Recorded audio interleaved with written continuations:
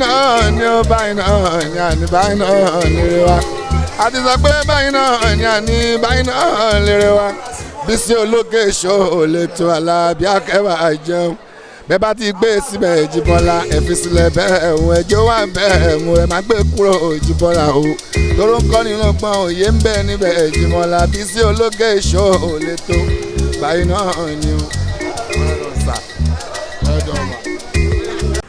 Zakato Zaria, I'm a babu, I live in the zoo, Zazu. You look for Idamu, Idamu go see you. You calling Idamu, you see Idamu. You calling Idamu, you go see Idamu. Najeja sit down, Adeku Salaba bus stop, Olorun Jedalo. Wa? I believe in God, my phone and solve. Any disappointment is a blessing. If anything no happen, you no go see something. That boy where I beat is my boy. I'm a boss to him. He's my boy. Apprentice, young boy Apprentice. Oga go beat Apprentice now. Omo to ban kon se wa lu.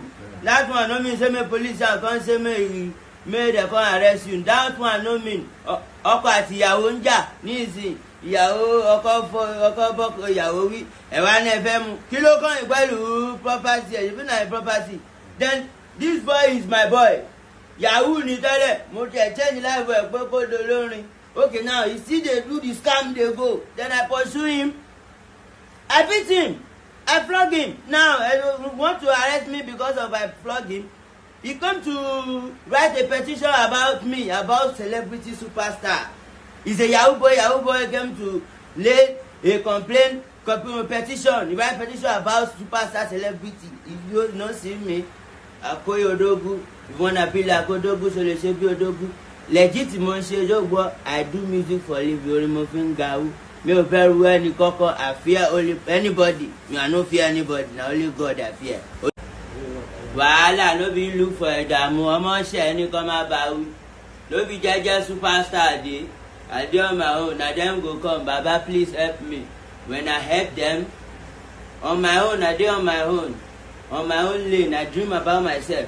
Now I say my help you dey with me. I buy food for you, they give you food, you dey sleep for better lolo. Different bó tẹ̀ jẹ́ inú igbó náà láti ń lọ lọ́lọ́ everywhere. Àbí studio for inú igbó ló ti máa blow. I'm a Zazu, I live in the zoo. Kò síbi tó ti lè blow. They know they dream about themselves. They are dreaming about me. One phone wey I buy for them, they use and they show me. One show me. Oh yeah. They don't dream about themselves, so I pursue them. They say now go where I do. They say my boys, they say I do Ishua. Boys where they give money, where they feed you. They buy food for you. You the ask of that money. You are calling back. Èèyàn fún ẹ lówó jẹ àárọ̀ ọ̀sán gbà tó dalẹ̀ ó lọ bèèrè lọ́wọ́ ẹ̀ pé ó ní ìdíwọ́ oúnjẹ alẹ́. You are very stupid. Can't you hustle for yourself? That's why I pursue them. Now that time why they feed them, why they give them money, why they sponsor them, I carry them travel. But they local plane fly by plane. I carry them fly by plane. Boys why I carry fly by plane, they say I do ritual. Shall no be their helper. They don't search their helper now. They don't know police that time. Why they help them? The time when we say we don't fight, we did not happen. Otibo get ilé ẹ̀pà. Or I don't blackmail your guy. You dey blackmail your boss now. All these things are blackmailing. They go dey post different things about me. Petition. I have like 100 petition if I don't come. They invite me. I have like 100 petition letter from my office. I don't know. Different people just dey write petition on me. Now only me go first blow.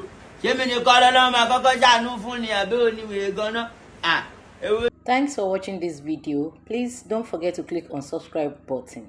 Kindly comment and share. We drop new videos daily. Thank you. God bless you.